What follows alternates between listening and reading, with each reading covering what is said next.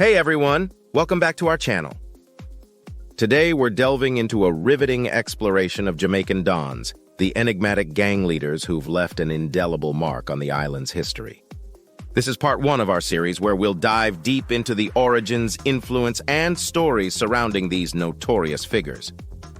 From their rise to power to the impact on Jamaican society, we're about to uncover the untold tales of the Dons. Buckle up for an eye-opening journey into the underworld of Jamaican gang culture. If you enjoy content like this, make sure to hit that like button, subscribe, and ring the notification bell so you never miss an episode. Let's jump right into the intriguing world of Jamaican Dons. Part 1. William Augustus Moore. William Augustus Moore, born on March 14, 1961, and known by the alias Willie Haggart, gained notoriety as a Jamaican gangster, purportedly holding a prominent position in the criminal underworld as the leader of the Black Roses crew.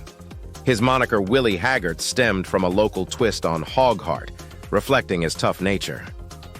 Moore, the third child in his family, was born in Kingston and attended Jonestown Primary. During his youth, Moore was associated with the Wild Bunch crew under the leadership of Anthony General Starkey Tingle. However, following the brutal murder of his mentor, General Starkey, in Jamaica around 1981, Moore ventured abroad. On November 11, 1980, he faced legal consequences, being convicted in the Halfway Tree Court for unlawful possession and fined 50 JMD. Subsequent police records indicated a conviction on November 30, 1993 for marijuana possession, resulting in a 100 JMD fine or a 30-day sentence. In 1995, he faced a robbery with aggravation charge, but the case was eventually dismissed. In the early 1990s, Willie Haggart, by invitation from Bogle, joined the Roses Entertainment Party crew, gaining widespread recognition in the global dancehall community.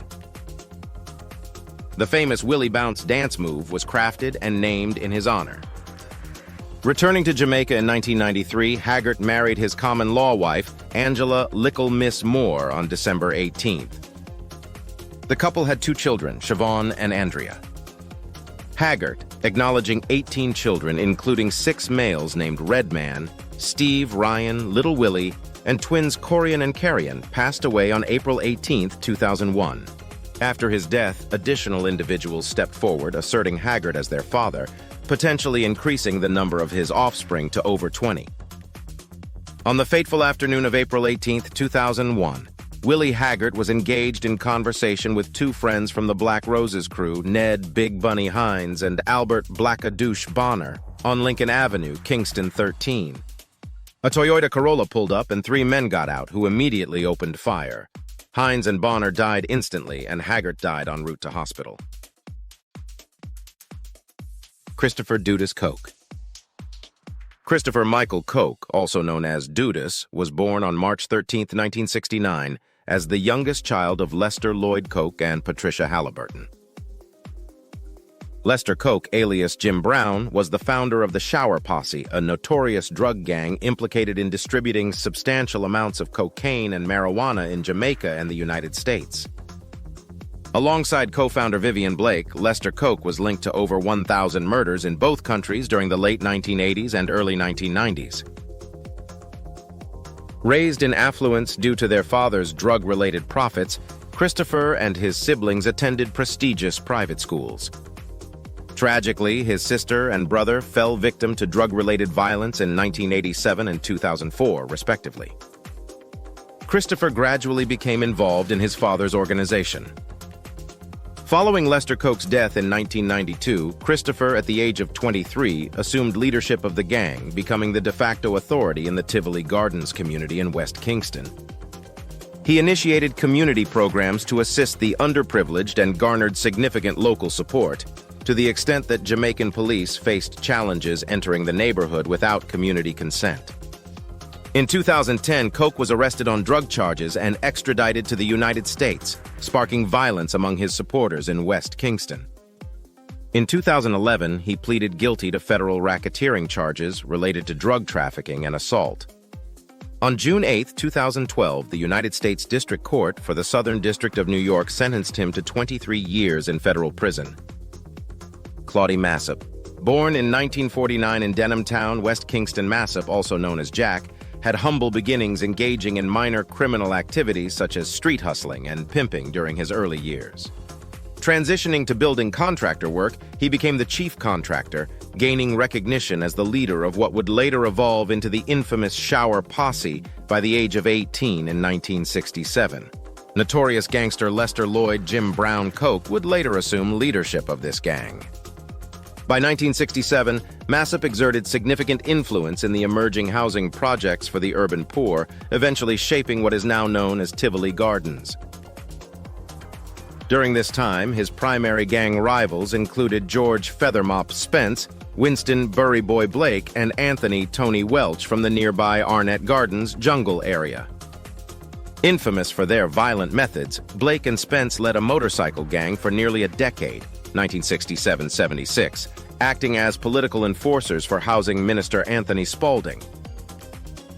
Despite Massop facing numerous arrests, including charges of murder, armed robbery, perjury, and shooting with intent, no convictions were secured.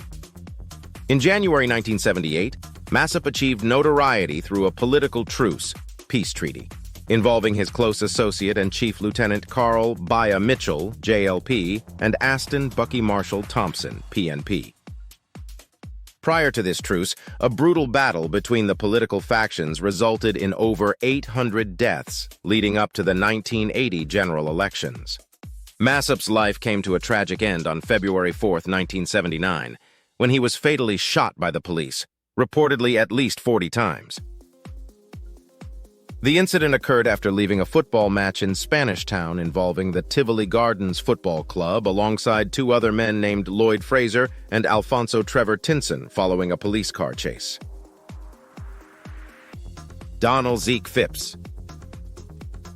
Born in the 1950s, Donald Phipps, widely known as Zeke, fathered 15 children and gained popularity for his frequent appearances on television, where he proudly spoke about his impoverished background.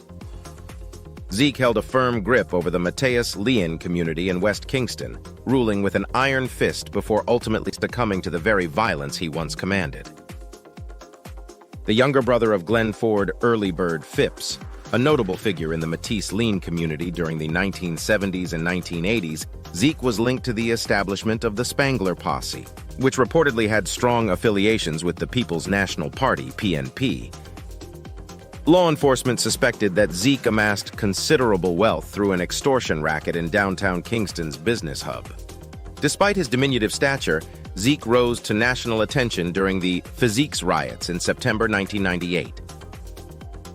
However, his fortunes took a drastic turn in 2006 when he was found guilty and convicted of a double murder. This verdict sparked local and international controversy.